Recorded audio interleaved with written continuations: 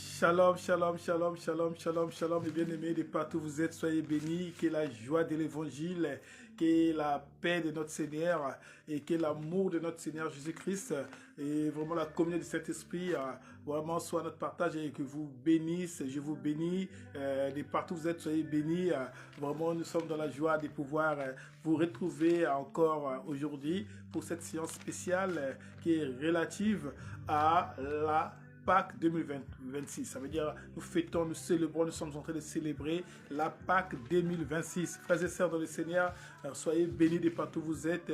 Bienvenue à cette émission qui s'inscrit dans le cadre de notre, dans le cadre de notre rubrique qui est la catéchèse, ça veut dire les séances spéciales pour les enseignements, pour les études bibliques, pour l'analyse des thèmes théologiques. Frères et sœurs, soyez bénis, frères et sœurs. Nous sommes dans la joie. Oui, que ça ne vous porte surprise parce que c'est vraiment quelque chose que nous n'avons pas, prévu avant. Nous n'avons pas annoncé avant qu'on devait faire aujourd'hui un direct, mais seulement on avait prévu faire aussi un direct ou soit des séances spéciales pour la conférence qui était déjà annoncée pour la Christologie, où on devait parler d'un thème spécial pour cette Pâques 2026 qui devait être accentué sur la Christologie gnostique.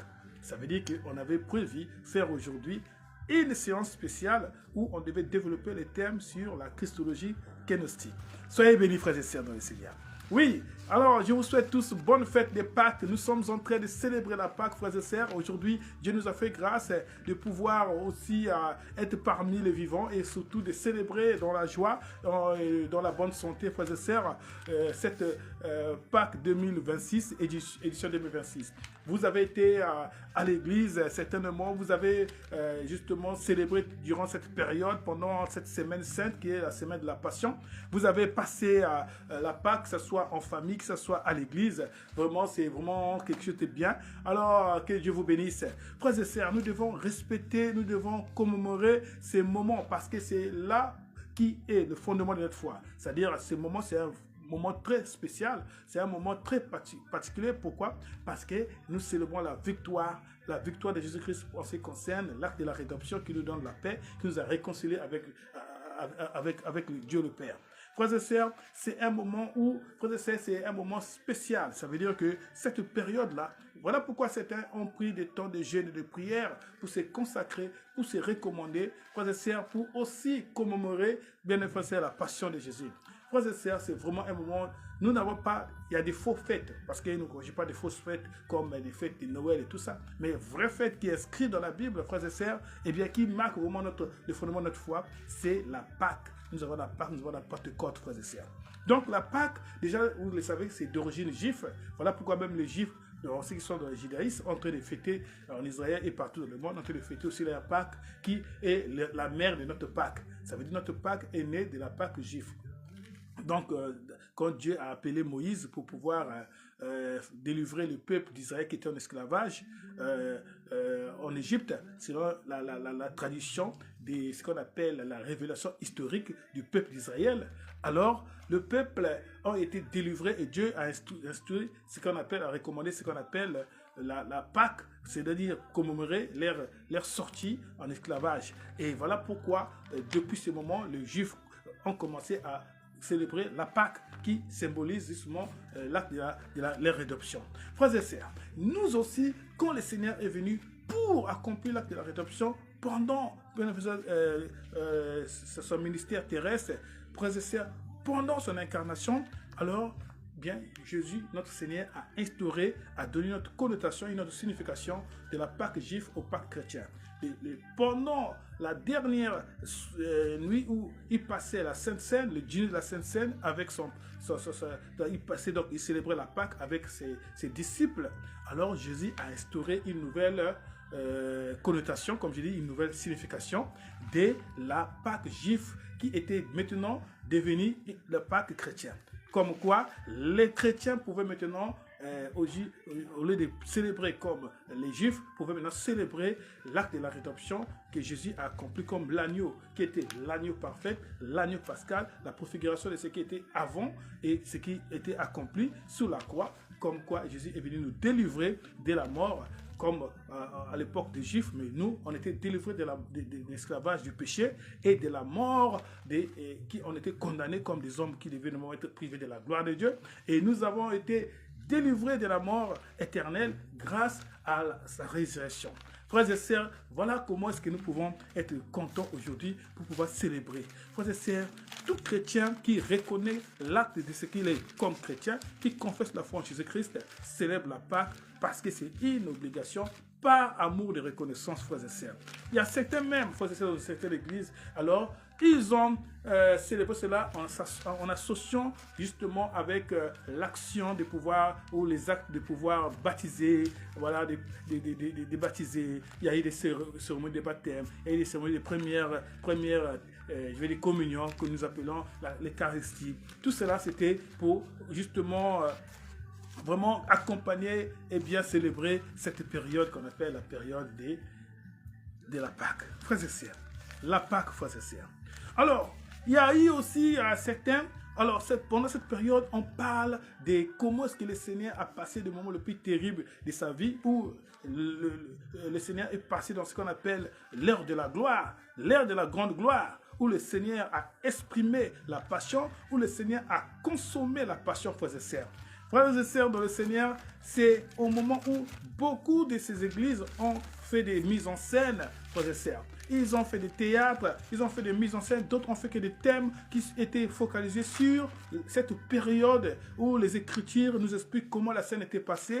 Alors, il y a eu des thèmes qui ont été développés sur l'historique de la passion, frères et sœurs, selon les évangiles qui nous relatent l'histoire de la révélation historique, traditionnelle et aussi spirituelle en ce qui concerne l'acte de la rédemption qui était accompli pendant cette période de la passion, qui est donc la Pâque, frères et sœurs.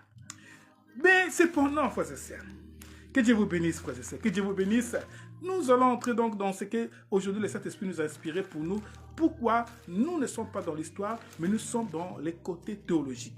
On va parler de la théologie tout simplement, frères et sœurs, effectivement, c'est ce qui nous importe. Aujourd'hui, l'Esprit nous inspire à pouvoir parler de la christologie gnostique. Quand on parle de la christologie, veut dire ce qui concerne les Christ, frères et sœurs. Ce qui est donc fondé sur la foi en Christ, frères et sœurs, sur la vie de Christ, sur l'identité de Christ. Et quand on parle de la gnostique, ça fait partie d'un thème qui est un concept théologique, qui fait partie d'une doctrine, que nous allons donc essayer de voir tous les paramètres, tous les contours, pour comprendre, frères et sœurs, qu'est-ce qui est réellement... qu'est-ce qui est dit et qu'est-ce que ça signifie réellement. Parce que vous devez savoir que c'est un thème qui a vraiment beaucoup dérangé l'Église.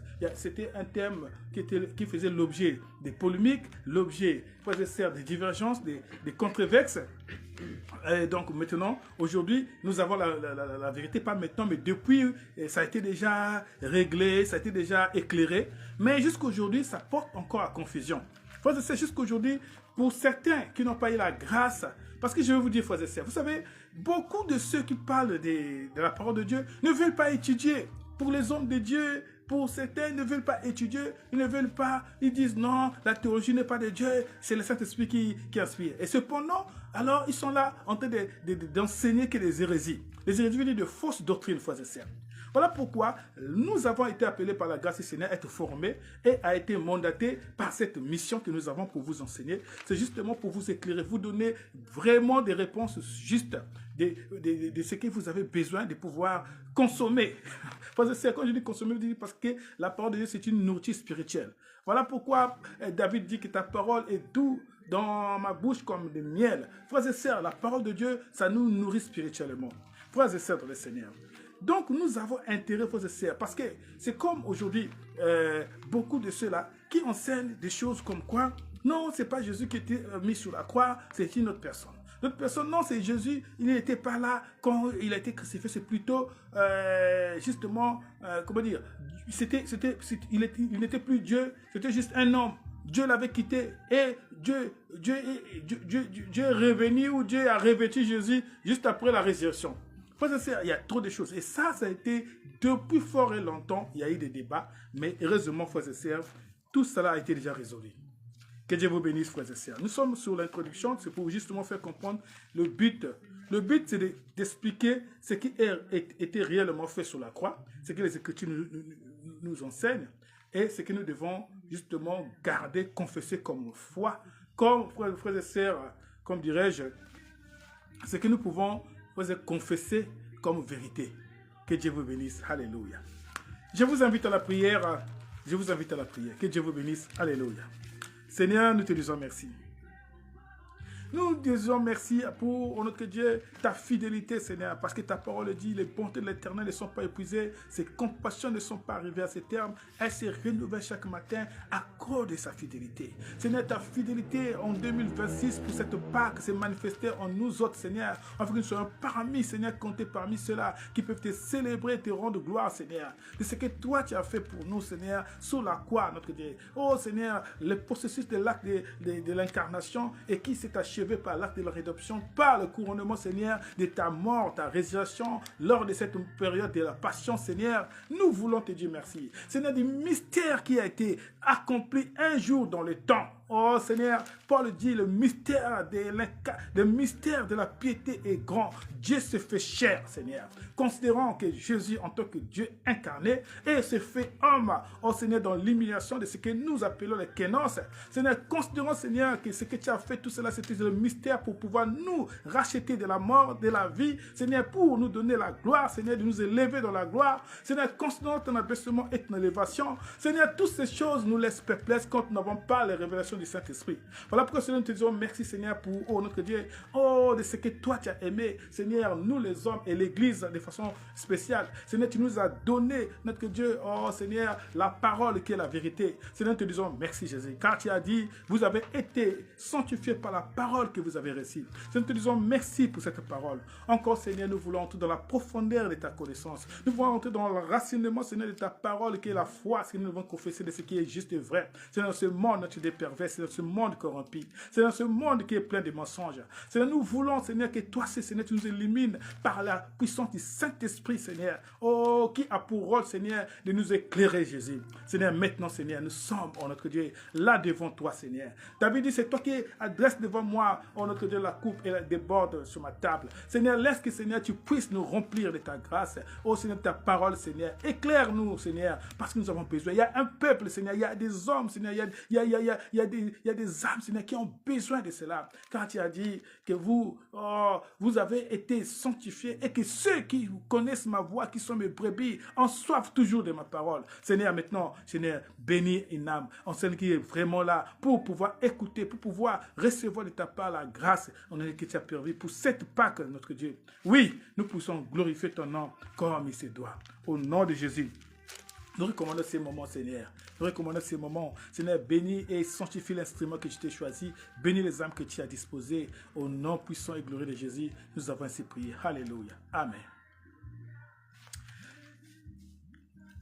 Oui, Seigneur, nous t'acclamons. Seigneur, nous te disons merci. Te disons gloire à ton nom pour ces moments que tu nous donnes, Seigneur. Sois béni, Jésus. Sois béni. Alléluia. Oui, aide-nous maintenant, Seigneur, pour pouvoir, oh notre Dieu, comprendre la signification de ce que tu as fait. Oh notre Dieu, de ce que tu as accompli en ce qui concerne le dépouillement, Seigneur. Oh, de pouvoir laisser le trône de gloire et de venir sur terre, Seigneur. Alléluia. Amen. Bien-aimés frères et sœurs de Seigneur, d'abord nous allons commencer par vous demander de devenir partenaire. Vous devez devenir partenaire de notre ministère en ligne qui est dans ONG La Lumière de l'Évangile. Et aussi, si vous n'êtes pas abonné sur notre chaîne YouTube qui est donc pasteur missionnaire Malele Mao, Web Mission TV, nous vous demandons, frères et sœurs, de le faire. C'est très important pour justement avancer l'œuvre, frères et sœurs. Nous vous demandons rien de tout que cela. C'est juste un simple geste que vous allez faire là où c'est écrit abonné. Vous allez vous appuyer et vous ferez partie des abonnés. Au plus, vous pouvez toutefois être bénis par la grâce que nous avons reçue de pouvoir justement communiquer des paroles, des programmes et tout, de ce qui concerne le ministère auquel nous entreprenons, frères et sœurs. Donc, notre ministère est l'ONG La Lumière de l'Évangile dans le monde, frères et sœurs. Donc ça dépend justement de vous, vous qui me suivez en ce moment. Vous êtes membre de ma famille, ça vous concerne. Vous êtes mes amis, mes connaissances, ça vous concerne. Vous êtes des amis et surtout des frères et sœurs dans le corps du Christ, ça vous concerne, frères et sœurs. Vous êtes membres, peut-être sympathisants, vous n'êtes pas chrétien, mais vous êtes quand même ceux-là qui acceptent, qui soutiennent, c'est-à-dire qui aiment bien la bonne parole. Ça vous concerne, frères et sœurs. Donc, la parole de Dieu, je veux dire, ça vous concerne, frères et sœurs. Donc, vous pouvez vraiment vous abonner et vous pouvez aussi liker. Vous pouvez commenter si vous avez des suggestions, vous avez des remarques, vous avez des propositions, frères et sœurs. Vous pouvez aussi critiquer. Nous avons besoin de vos réactions. Alors, frères et sœurs, nous vous demandons de pouvoir devenir partenaire avec nous, frères et sœurs. Soyez bénis, soyez bénis, soyez bénis. Aujourd'hui, le premier point que nous sommes en train de parler, alors, nous sommes en train de parler sur la kénostique. Donc, la parole qui fait l'objet de notre étude est ainsi intitulée, non, autant pour moi, est tirée dans l'épître de Paul aux Philippiens, chapitre 2, le verset 6 à 7.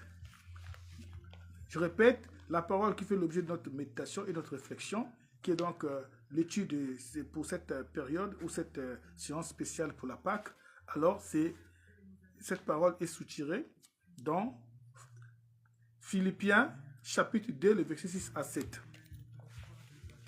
Mesdames et frères et sœurs, nous voyons que dans cette parole, il est dit que Jésus s'est vidé de ses attributs divins.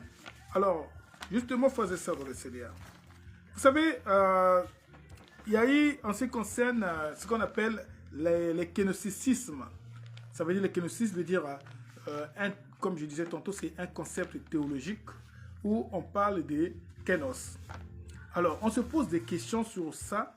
Et il y a eu un moment où ça a été développé depuis le premier siècle, pendant l'ère de ce qu'on appelle le père de l'Église ou l'ère apostologique. Frères et sœurs, il y a eu des débats sur ces thèmes dont nous sommes en train de développer aujourd'hui, frères et sœurs.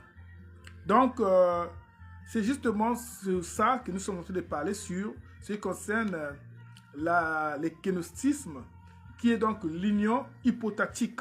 Alors, quand on parle de kénostisme, l'union hypotatique, ça veut dire que ça repose sur la manière dont on conçoit l'état de la divinité de Jésus-Christ durant sa vie terrestre.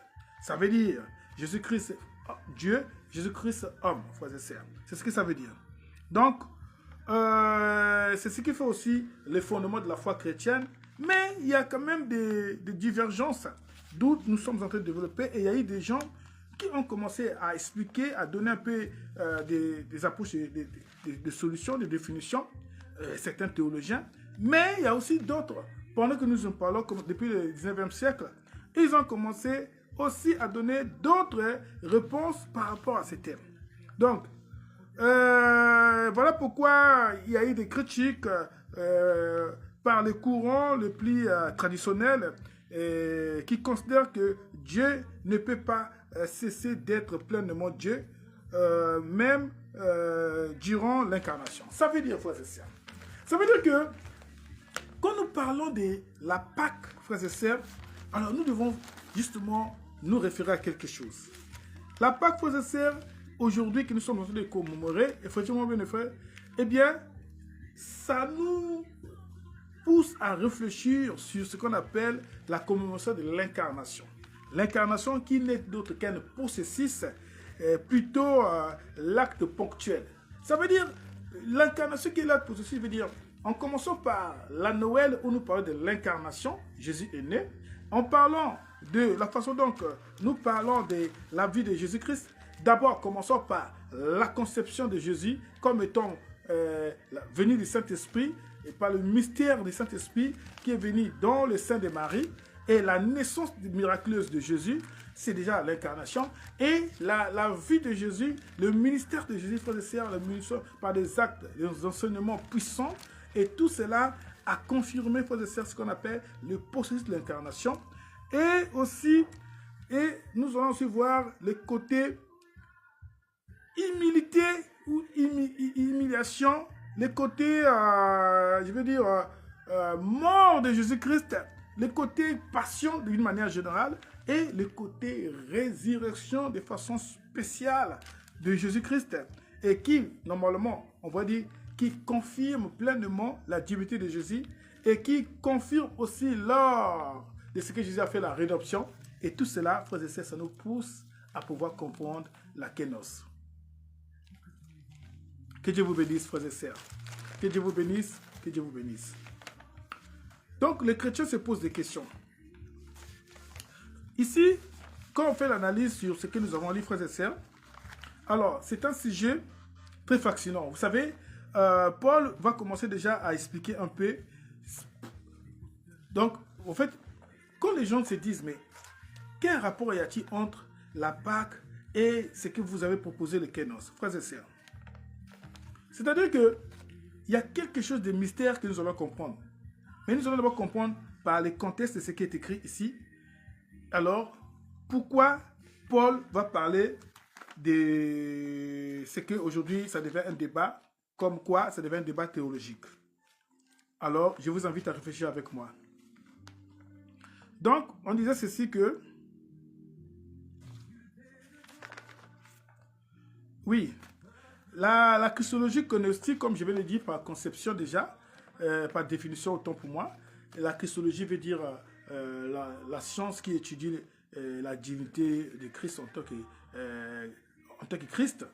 Et quand on parle de kénostique, frères et sœurs, kénos, ça vient du mot grec qui veut dire kénosis, et de l'adjectif kénos.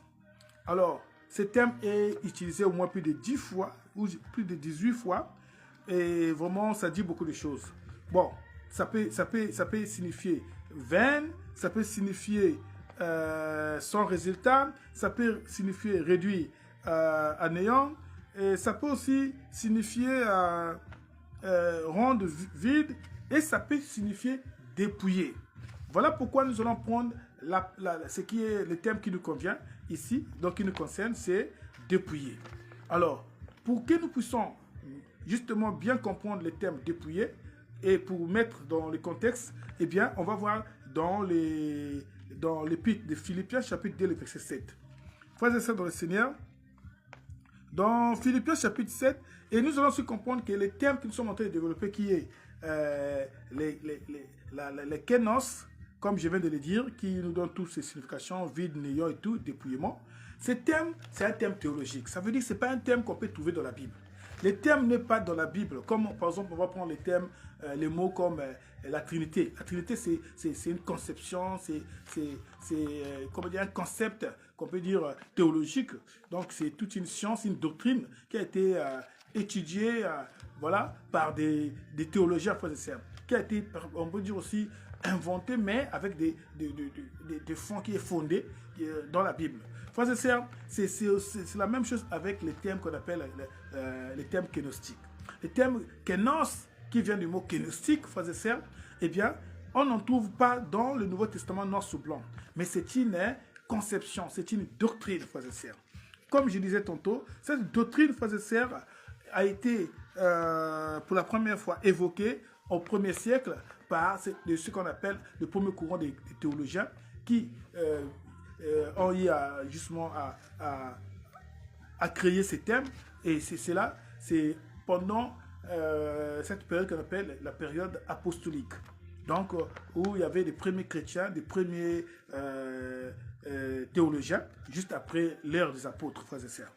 Alors, frères et sœurs, ce que nous allons comprendre, c'est que ce thème, frères et sœurs, est né, comme je viens de le dire, de ce qu'on appelle la littérature patristique. Donc, comme synonyme de l'incarnation et l'incarnation du Christ avec un accent particulier sur l'humiliation de la concédance. Ça veut dire quoi? Ça veut dire que la littérature patrististe, c'est ce que je viens de vous dire, ce sont les premiers qui ont étudié, qui ont réfléchi, qui ont fait des débats et qui ont fini par donner des approches et solutions comme quoi de ce qu'on peut dire des vérités aujourd'hui que nous pouvons considérer comme base et fondement de la foi chrétienne, de façon orthodoxe, ça veut dire de façon juste. Et ça, frères et sœurs, c'est dans l'intérêt de pouvoir comprendre ce qu'on appelle l'incarnation de Christ avec un accent particulier sur l'humiliation de la concédance. L'humiliation de la concédance veut dire la façon que Jésus est né en tant que le Verbe incarné, mais la façon qu'il a vécu, il s'est identifié à nous, la façon dont Jésus a été vraiment avec des malades, Jésus était avec des lépreux, Jésus avait été des exclus de la société comme des collecteurs d'impôts, des gens qui ont traité de pécheurs, de prostituées. C'est la façon que Jésus a été humilié, frères et sœurs. C'est ce que ça veut dire. Tout cela fait partie de Kénos, le mystère de Kénos, frères et sœurs. Donc, c'est là, après toute cette réflexion de comment est-ce que ils ont vu les choses, ils ont analysé les choses, et c'est comme ça qu'ils ont apporté, donc c'est qu'on peut appeler aujourd'hui le fondement de Kénos, frères et sœurs. Oui, voilà pourquoi je dis que ce thème est fondé par l'affirmation de Philippiens chapitre 2, le verset 7. Le Christ s'est dépouillé lui-même. C'est ce qui confirme que la vie de Jésus, la naissance de Jésus, la vie de Jésus, la mort de Jésus, la résurrection de Jésus, ça confirme que Jésus s'est dépouillé de lui-même. Frères et sœurs, mais nous avons des questions à nous poser. Que Dieu vous bénisse, vous me suivez, que Dieu vous bénisse. Alors, frères et sœurs, des questions que nous allons nous poser, c'est des questions qui aujourd'hui, certainement, d'autres posent encore, frères et sœurs. De quoi Jésus est-il? De quoi Jésus s'est vidé? Alors, voilà les questions que nous sommes en train de nous poser. De quoi Jésus s'est vidé? Voilà. Voilà. Bien sûr que cette doctrine chrétienne a été plus discutée et moins comprise. La difficulté fait justement partie du mystère de l'incarnation. De quoi le Christ s'est-il dépouillé?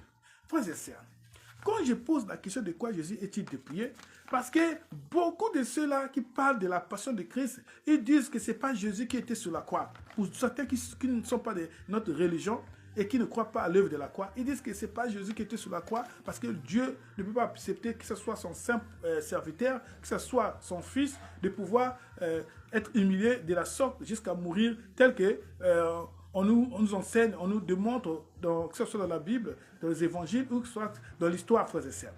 D'autres aussi disent non, ben, quand Jésus criait Père, Père, pourquoi m'as-tu abandonné? Ça veut dire que Jésus n'était pas totalement 100% comme on le dit dans la dualité des deux natures. C'est-à-dire que Jésus est 100% Dieu, 100% homme. Et ça maintenant, Jésus n'était plus 100%, il était donc moitié Dieu et moitié homme. Et sous la croix, Jésus n'était plus considéré comme Dieu, mais comme homme qui s'est donné à la croix. Et là, Dieu s'est retiré totalement de son Fils, et Jésus est resté comme abandonné à lui-même, et il a perdu tous ses prérogatives divins autant pour moi.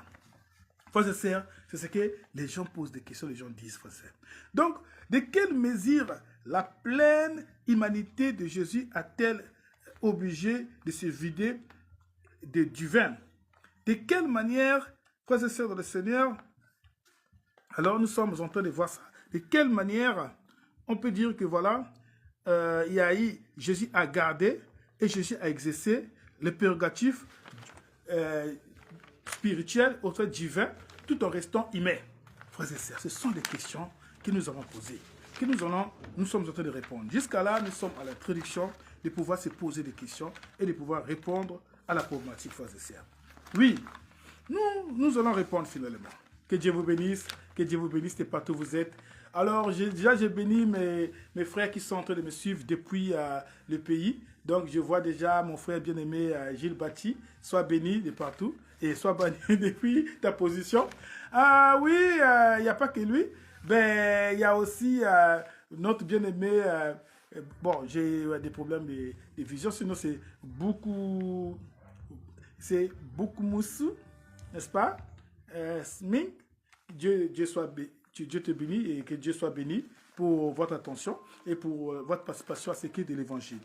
Frères et sœurs dans le Seigneur, quand nous lisons la parole de Dieu, eh bien, c'est un sujet fascinant qui nécessite qui a nécessité, comme je dis, beaucoup de débats, qui a assisté beaucoup de débats, de réflexions pour être formulés avec précision. Donc, voici une exploration des fondements bibliques et des définitions historiques. Frères et sœurs, nous allons maintenant voir les côtés bibliques. Les côtés bibliques, alors, parce que nous avons trop éternisé sur l'introduction, eh bien, nous allons voir maintenant sur le point biblique. Le fondement biblique nous dit ceci que la Bible présente Jésus à la fois avec les attributs divins et des limites humaines, sans que l'un annule l'autre. Frères et sœurs, quand nous lisons la Bible, nous allons voir que la Bible nous parle de Jésus qui était Dieu par son incarnation et dans sa vie avant l'incarnation, et il est devenu homme par sa nature, où il a pris pendant l'incarnation dans le ventre de Marie. Mais on nous dit que tous les deux natures faisaient partie de la nature de Jésus. Il était 100% Dieu, il était 100% homme, frères et sœurs. Mais cependant, on nous dit qu'il n'y a pas une partie qui a annulé l'autre partie. C'est ce qu'on nous dit. On nous dit cela, il n'y a pas une partie qui a annulé l'autre partie. Tous les deux parties étaient bien des parties qui pouvaient, donc, dirais-je, qui a amené à bien le ministère de Jésus. Alors, frères et sœurs, dans l'incarnation, le Christ a renoncé à tous les attributs divins. Ce sont toutes ces fonctions cosmiques, selon la théorie gnostique. Ça veut dire que quand nous sommes dans la théorie gnostique, on nous dit que Jésus avait pris tous ces attributs qu'il avait avant de venir au monde, les attributs divins. Ah bien, tous ces attributs-là ont été mis de côté. C'est ce qu'on nous dit. On nous dit cela, donc Jésus a mis tous ces attributs à côté. Mais cependant, frères et sœurs, nous allons revenir sur le contexte de ce que Paul a dit pour savoir si c'est réellement été l'intention de Paul, pouvoir nous dire que Jésus, eh bien, quand il dit il s'est dépouillé de tout, alors en devenant un homme semblable à nous, et donc Jésus avait donc mis de côté tous ses attributs, ou bien c'est une mauvaise interprétation de la manière dont Paul était en train d'expliquer ici, frères et sœurs. Que Dieu vous bénisse, alléluia. Que Dieu vous bénisse de partout. Que Dieu vous bénisse. Oui. Donc, je disais tantôt, nous allons voir le contexte. Est-ce que Paul était en train de parler exactement des... Alors, on nous fait savoir ici dans Philippiens chapitre 2, eh bien, on nous dit ceci que, en temps normal, Paul ne parlait pas d'un thème théologique. Paul ne voulait pas soulever un contexte comme aujourd'hui, hein. On le dit non, non. Paul n'avait pas l'intention de pouvoir soulever un débat théologique. Parce qu'on dit les pratiques de cette interprétation excluent l'interprétation selon laquelle Christ serait dépouillé de sa nature divine. Les gens qui soutiennent les kénos de façon erronée, ils disent que Jésus s'est dépouillé, Jésus n'était plus pleinement Dieu, Jésus était devenu qu'un simple homme sous la croix, ou soit quand il est venu sur la terre.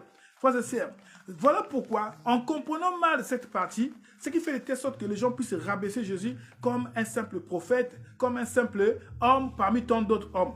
Comme quoi, ben Jésus, lui, on ne peut pas accepter qu'il est Dieu parce que pourquoi, voilà, il était comme d'autres prophètes que nous connaissons, par exemple Moïse, par exemple, frères et sœurs, Élie, tout ça, tout simplement parce que ils ont mis de côté la divinité de Jésus en disant qu'il était pas vraiment totalement Dieu, mais il était un homme, soit il était Dieu, mais après il est devenu un homme simple. Frères et sœurs, Paul ne cherche pas à éclairer le problème théologique. Je répète, Paul n'avait pas soulevé un problème théologique posé par les kénos. Et encore moins, pas à présenter l'incarnation comme un modèle à suivre. C'est pourquoi il ne nous explique pas la condition avant l'incarnation. Quand nous lisons dans ce que nous avons dit tout à l'heure, qui est la parole qui fait l'objet de notre méditation, qui est donc Philippiens chapitre 2, dans le premier verset, eh bien nous allons voir que Paul nous dit que ayant les sentiments qui étaient en Jésus-Christ. Donc ça c'est dans le verset 6. Alors il dit, ayant les sentiments qui viennent de Jésus-Christ, le poids de son argumentation portait sur la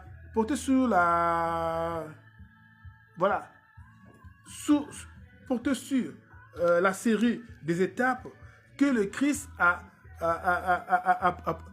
parcourues pour descendre d'humilité, car la communauté qu'il a créée doit justement rester unie partager son esprit, c'est-à-dire l'abnégation. Paul n'était pas en train de vouloir dire, c'est-à-dire susciter un débat théologique.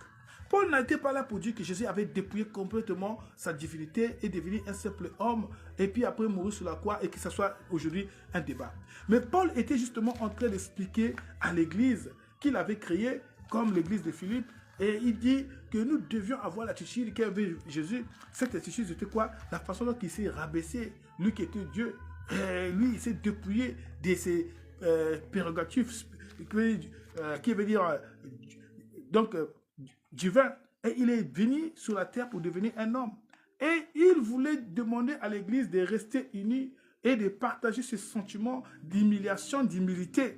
C'est ce qu'on appelle l'abnégation. Paul n'était pas là en train de chercher à mettre les gens dans la confusion. Non, ce n'était pas ça. Donc, premièrement, nous allons voir la condition. Paul utilise un mot grec qu'on appelle morphé, ça veut dire forme. Il dit Jésus était d'abord de nature qui portait la même nature que Dieu. Et Paul dit il ne se comprenait pas à une égalité qui était sienne de droit, mais assumait dans sa relation avec le Père un rôle de surbonné. Bien que Jésus était Dieu de la même nature que Dieu, dans le sein de Dieu, mais lui, il ne s'est pas cramponné sur cette position. Alors, il acceptait de venir justement incarner et de venir justement accomplir l'acte de la rédemption dans le cadre de ce qu'il a comme position depuis même l'ordre qui est donc l'ordre divin, qui est donc l'ordre de surbonisation où le Père est plus que le Fils, où il était déjà l'agneau qui était prédestiné avant la création du monde comme étant l'agneau qui devait accomplir l'acte de la rédemption. Donc Jésus, lui, il accepte de venir selon quoi? Selon l'ordre établi. Cet ordre établi-là, ce qui fait de telle sorte que Christ n'a pas vu que parce qu'il est Dieu, il existait avec son Père pour ne pas venir se rabaisser, frères et sœurs, pour venir porter l'humiliation dans le monde ou sur la terre. Donc Paul nous fait savoir que malgré ce qu'il était, bien qu'il est surbonné au Père, mais cela n'a pas empêché, tel qu'il est, de pouvoir venir s'incarner. Il s'est dépouillé, donc dans le verset que nous avons ici, le verset 6, il dit, il s'est dépouillé lui-même, c'est-à-dire à la lumière de ce qui suit, qu'il s'est vidé en laissant de côté comme de Dieu la manifestation de sa divinité, frères et sœurs. Ça veut dire quoi? Ça veut dire que quand Jésus est venu, alors il n'est pas venu avec, c'est-à-dire en laissant tous ses attributs agir. Mais il est venu, il a laissé de côté une partie de ses attributs volontairement par amour. Mais il était toujours Dieu et il a porté la chair, il était si homme, frères et sœurs. Paul nous fait savoir que tellement il était humble, il n'a pas voulu venir sur la terre s'imposer en totalité, bien qu'homme et avec tous ses attributs. Non.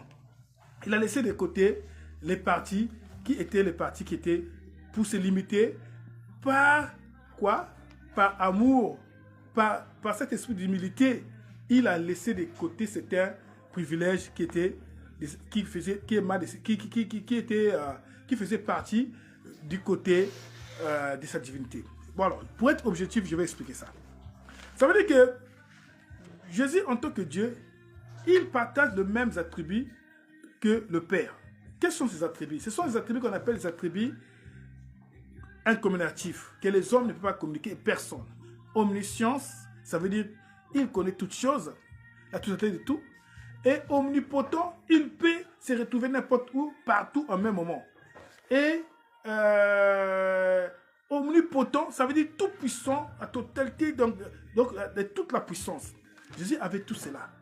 Mais vous devez savoir que quand il vient sur la terre, il n'a pas dépouillé de sa divinité, mais il n'a pas laissé ces attributs-là, comment dirais-je, continuer à fonctionner comme tels. Bien qu'il y ait des cas spécial ou exceptionnel qui pouvait laisser ces attributs-là. Mais il a laissé d'une manière un peu générale. Ces attributs, il les a laissés de côté. Voilà pourquoi les gens vont dire, mais si Jésus était Dieu, comment il va dire que lui ne connaît pas la fin du monde? Comment il ne connaît pas les jours de la fin du monde? Il dit que c'est le Père lui-même qui connaît. C'est parce que, effectivement, Jésus, étant que Dieu omniscient, ne pouvait pas jamais ignorer les jours de la fin du monde. Parce qu'il partage, frères et sœurs, le même attribut que son Père dans le sens de sa divinité. Mais étant donné qu'il a fait le kénos, ça veut dire qu'il s'est rabaissé, il s'est dépouillé. Frères et sœurs, le dépouillement ici n'est pas qu'il n'avait plus ses sens divins. Mais en tout temps, c'était juste une manière de limiter ses sens, frères et sœurs. D'où il pouvait maintenant se mettre du côté des hommes, en tant que fils de l'homme, comme lui-même il s'identifiait. Alors, il pouvait se limiter à ne pas justement comprendre certaines choses ou à laisser un peu le côté humain prendre le dessus. Comme quoi, par exemple, moi et le Père, nous sommes un, mais le Père est plus grand que moi. Bon, le jour de la fin du temps, je ne connais pas. Frères et sœurs, ce sont ces choses-là que ceux qui ne comprennent pas vont dire non, Jésus n'a jamais été Dieu, parce que Dieu ne peut pas être limité, Dieu ne peut pas être ignorant. Lui, parfois lui-même, il pouvait ignorer certaines choses. Ils vont prendre des exemples comme ça. Frères et sœurs, nous sommes en train de vous faire comprendre ce que Paul était en train de faire comprendre. Paul est en train d'expliquer ici comment est-ce que nous pouvons aussi prendre l'exemple de Jésus. Lui, il était Dieu. Il avait tous les attributs de Dieu. Mais en venant sur terre, frères et sœurs, il a limité ses prérogatives. Il a limité, frères et sœurs, son pouvoir. Il s'est limité du côté des hommes, mais en restant toujours dans son essence, Dieu. Donc, il était toujours 100% Dieu, il était toujours 100% homme. Que Dieu vous bénisse. Que Dieu vous bénisse. Voilà pourquoi il dit, il prend la condition dans le verset 7, et nous sommes dans le verset, il dit, il prend la condition d'un esclave, devenant donc en ce moment continu d'humiliation serviteur, non seulement de Dieu, mais il devenait aussi humainement serviteur, et en se laissant carrément humilier. Frères et sœurs dans le Seigneur, la partie là veut dire quoi? Paul dit que Jésus a accepté de devenir un esclave. Ça veut d'abord devenir homme et accepter de mourir comme un esclave. Vous devez savoir que la mort sur la croix, c'était pour les esclaves et pour des criminels qui étaient contre Rome. Donc pour humilier les gens qui voulaient amener la révolution, les gens qui étaient contre leur pouvoir. Ah bon? Et pour aussi humilier et pour torturer les esclaves, les criminels. Et c'est ceux-là qui étaient pendus sur la croix, qui étaient crucifiés sur la croix. Pour les Juifs, c'était vraiment une malédiction. Celui qu'on va pendre ou on va crucifier sur la croix, c'est une malédiction. Pour les Grecs, c'était une folie, frères et sœurs. Pour les Romains, c'était carrément une humiliation totale. Mais Jésus accepte de venir mourir jusqu'à mourir comme ça.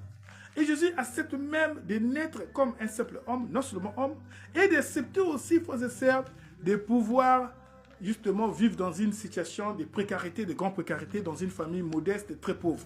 Frères et sœurs, tout cela, Paul est en train de dire, voilà comment est-ce que Jésus nous a montré l'exemple de l'humiliation.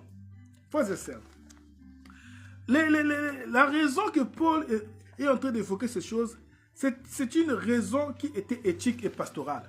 Ça n'avait rien à voir avec le côté théologique. Ça veut dire que c'est un exemple pour des chrétiens, que si tu es enfant de Dieu, tu dois savoir être humble, frères et sœurs. Paul voulait dire que même si tu es quelque chose, par exemple tu es directeur d'entreprise, par exemple tu es cadre dans une entreprise, comme ça tu travailles dans une situation, comme ça tu es quelqu'un qui est plein aux as, tu es dans une situation de noblesse, mais tu dois savoir que quand il s'agit par exemple d'arriver dans un tel contexte, tu dois savoir t'humilier, frères et sœurs.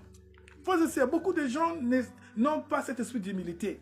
Beaucoup de gens veulent s'imposer partout à cause de ce qu'ils sont. Jésus, lui, il était le roi des rois, il est Dieu depuis ciel. Mais il est venu ici, il s'est fait homme et il est né dans une famille pauvre. Il n'était pas parmi les rois de ce monde, comme la famille d'Hérode, frères et sœurs. Donc Jésus était en train, Paul est en train de dire, les chrétiens doivent avoir les sentiments d'humiliation, frères et sœurs. Il y a des gens, frères et sœurs, comme il est quelque chose dans la société, et quand il vient à l'église, il veut qu'on le respecte avec les grades qu'il a dans la société. Parce qu'il ne veut pas appliquer les kénos, l'humiliation, frères et sœurs. Il y a des gens, il est au pays, il était quelque chose, quand il arrive dans un pays où il n'est pas reconnu à sa juste valeur comme tel, il se retrouve comme humilié, il ne veut même pas se rabaisser, il veut seulement amener son titre. S'il était prince dans son pays, il arrive dans un autre pays, il veut seulement qu'on le considère comme prince, frères et sœurs. Et il y a des gens même, quand on lui demande de faire certains travaux dans un pays étranger, il refuse. Parce qu'il se dit, non, dans mon pays, je suis bien. Comment je peux venir faire un travail de serviteur ici? Comment? S'il n'y a pas d'opportunité, on lui dit, c'est ça comme opportunité pour avoir de l'argent, il va refuser. Paul est en train de faire comprendre les côtés éthiques et pastoraux. Ce n'était pas pour, justement, engager un débat théologique, frères et sœurs. Frères et sœurs, il y a des gens, parce qu'il est diplômé, dès qu'il n'y a pas de travail, on lui dit, bon, commence par être chauffeur taxi, il refuse. Il dit, moi je suis maîtrisard, moi je suis licencié, j'ai un doctorat. Comment? Moi je suis un bachelier, je ne peux pas faire ce travail. Mais on dit, mais il n'y a pas de boulot dans le pays, essaie de faire ceci. Il ne peut pas faire, parce qu'il se considère, et il est chrétien. Frères et sœurs dans le Seigneur. Donc Jésus et Paul ici étaient en train d'expliquer aux chrétiens que nous devions avoir les sentiments d'humiliation, de pouvoir savoir s'effacer, de pouvoir s'adapter à la situation, de pouvoir oublier certains de nos impératifs, bien que nous sommes toujours ce que nous sommes. Frères et sœurs, c'est dans ce sens-là. Maintenant, les côtés théologiques, frères et sœurs, que Dieu vous bénisse, alléluia. Les côtés théologiques, nous sommes en train de voir les côtés théologiques. Les côtés théologiques, frères et sœurs, en ce qui concerne Jésus-Christ, qui est venu se rabaisser sur la terre, et Paul est en train d'expliquer qu'il s'est dépouillé, et les gens commencent à faire des polémiques. Alors, nous devons savoir que là, on nous parle de l'union hypotatique. L'union hypotatique. Selon cette doctrine, Jésus n'était pas 100% Dieu, mais il était moitié Dieu, moitié homme. Frères et sœurs. Donc, nous sommes en train de vouloir ouvrir les yeux de beaucoup parce que nous allons entendre cela. Mais pourquoi Jésus a dit, Père, pourquoi Matthieu a abandonné? Et pourquoi Jésus a dit qu'il ne connaît pas les jours où ça sera la fin du monde, frères et sœurs? Et c'est là où ils ont dit non, c'est que lui, quand il est venu, il s'est dépouillé totalement. Et oui, et exactement que Dieu l'a abandonné sur la croix. Quand il criait, Père, pourquoi Matthieu a abandonné? D'autres disent que quand le péché du monde est venu sur Jésus, Dieu carrément l'a abandonné totalement. Et Jésus s'était dépouillé. Frères et sœurs dans le Seigneur, d'où nous voulons rectifier cette erreur en vous disant ceci que selon la vérité de la théologie orthodoxe, c'est-à-dire qui est fondée dans la foi, qui a été bien réfléchie par des pères apostoliques, comme nous avons cité tout à l'heure, eh bien, nous devons savoir que voici comment cela est généralement compris. Jésus est pleinement Dieu et il a gardé sa nature divine quand il est venu sur la terre. Pour le croyant, il est le Logos. Jésus est le Logos, frères et sœurs. La parole était faite chair et il était manifesté parmi nous. Voilà pourquoi nous avons cela dans Jean chapitre 1, le verset 1 jusqu'à 2. Jean chapitre, donc qui nous dit que Jésus était depuis avec le Père, il est venu sur la terre et il est venu par l'acte de l'incarnation où nous confessons dans notre confession de foi en tant que chrétien, d'une manière générale, la confession comme quoi il est né de la Vierge Marie et il a été conçu par le Saint-Esprit et c'est une vérité, donc il est le Logos. Alors, et il a manifesté des attributs divins. Frères et sœurs, Jésus a manifesté des attributs divins. Jésus a pardonné le péché par son propre chef. Il a accompli des miracles que personne d'autre peut accomplir depuis les temps par son propre autorité, par sa propre autorité.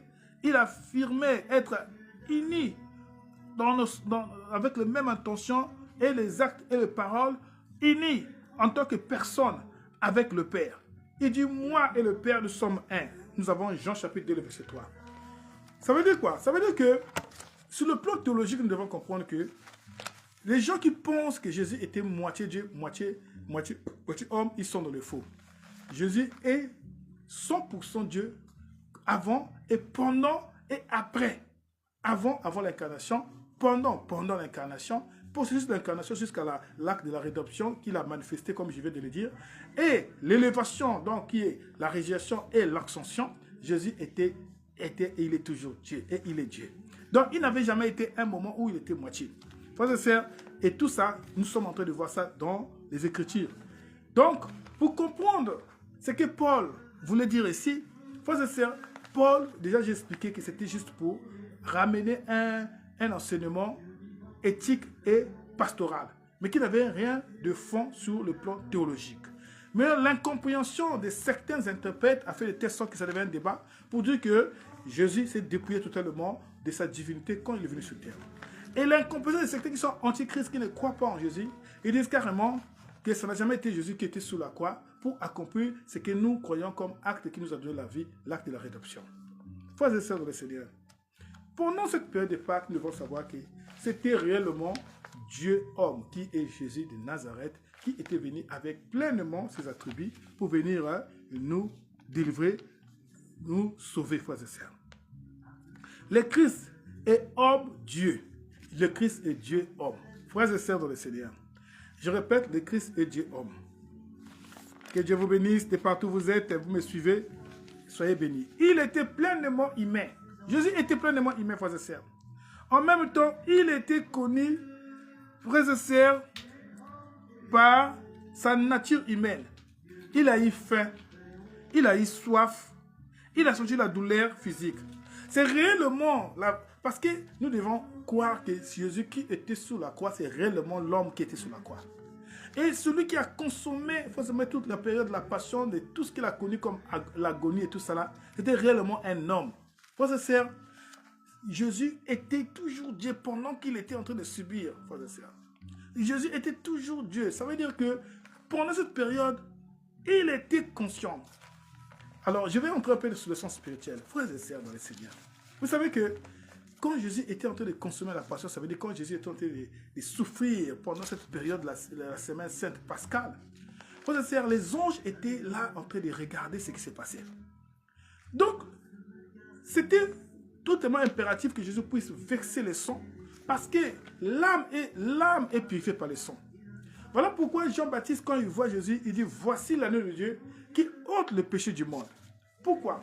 Parce que les Juifs, pour se purifier devant Dieu, pour se sanctifier, ils avaient besoin de pouvoir faire les services sacerdotaux ou des sacrifices, forcément des animaux, pour pouvoir justement mériter le pardon de Dieu.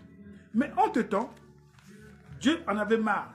L'Épître aux Hébreux nous dit que Dieu avait besoin d'un sacrifice qui était un sacrifice parfait et éternel.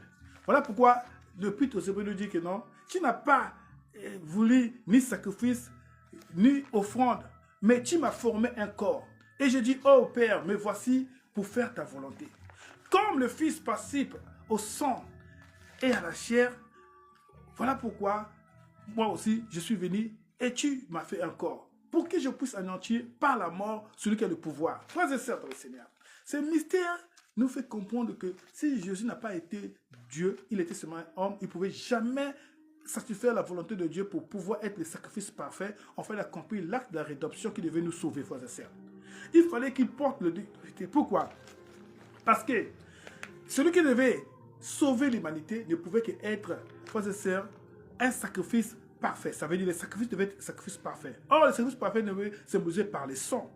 Le sang devait être un sang qui n'a jamais été affecté par le péché. Voilà pourquoi Jésus-Christ, lui, il était le seul qui est venu pour pouvoir porter la chair, dans l'objectif juste de verser le sang, frères et sœurs. Donc, l'objet de l'incarnation était la mort sur la croix. L'objet de l'incarnation, c'était l'acte de la rédemption, frères et sœurs. C'était le sang qui devait couler, frères et sœurs. Parce que vous devez savoir que tous les anges déchus, qui sont des anges qui sont morts et qui sont tombés, ils ont fait la rébellion et ils ont été brutalisés du ciel, ils sont tombés dans le péché et qui sont aujourd'hui, je veux dire, ils sont aujourd'hui enfermés dans l'enfer, qui attend la sentence éternelle, de l'enfer éternel, du feu éternel.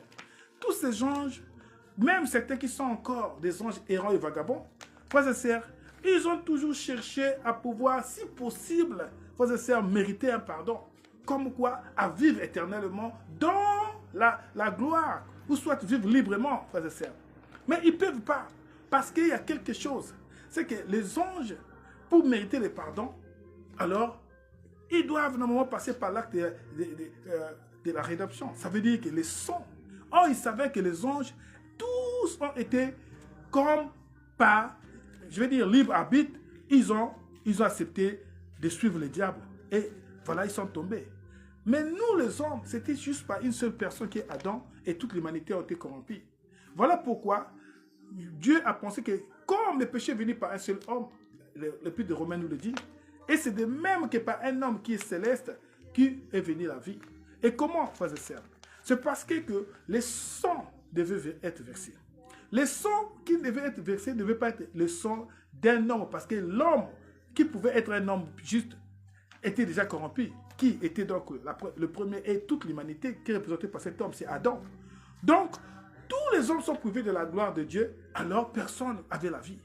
Mais donc Dieu a pensé qu'il envoyait celui qui était déjà destiné comme l'agneau parfait qui devait venir. Voilà pourquoi quand il est venu, il a porté la chair pour verser le sang afin de sauver l'humanité. Il a versé, ça dit que c'est Dieu qui est venu pour porter le sang, pour verser le sang.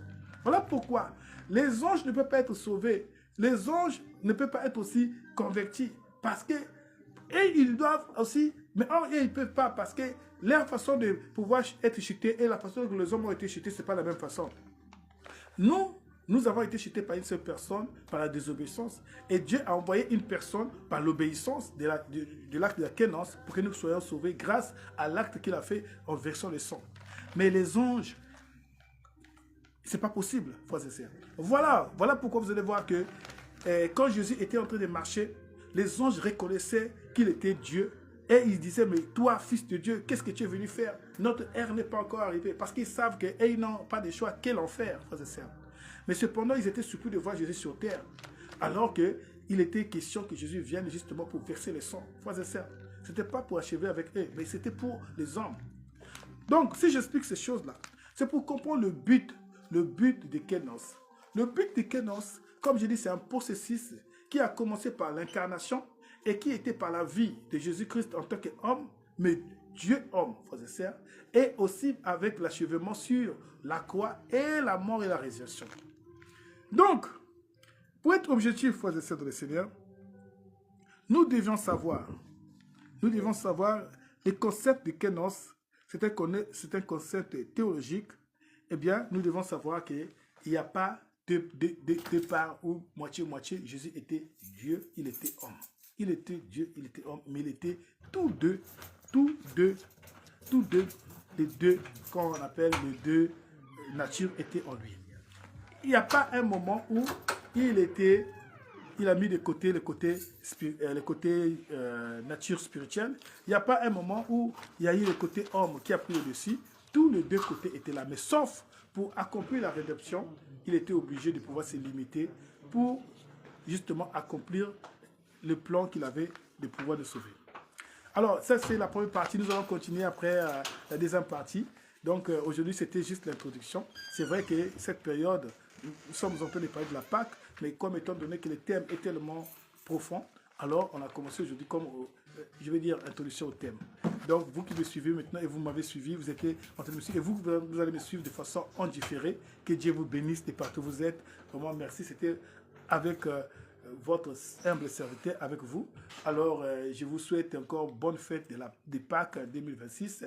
Nous sommes encore avec vous. Ça sera peut-être dans la semaine et on va vous annoncer pour la suite de façon bien précise, la suite de ces thèmes et de cette séance. Que Dieu vous bénisse. Merci beaucoup pour votre participation. Merci beaucoup et encore pour une fois, soyez bénis. Au revoir. Bonne fête.